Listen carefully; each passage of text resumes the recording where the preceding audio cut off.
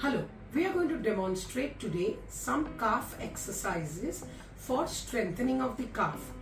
This routine can be used as rehabilitation for calf muscle after a calf strain or in post ankle sprain, post fracture rehabilitation, and also any calf or foot surgeries done.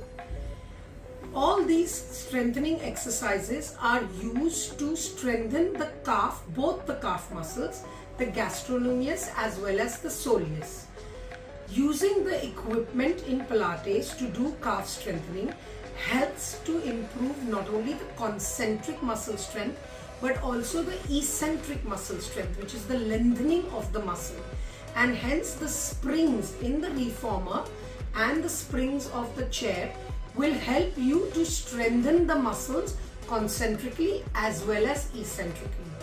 Calf training is very important in all the above rehabilitations, and this should then be followed by a proprioceptive calf exercise routine and a balance program for the lower limb.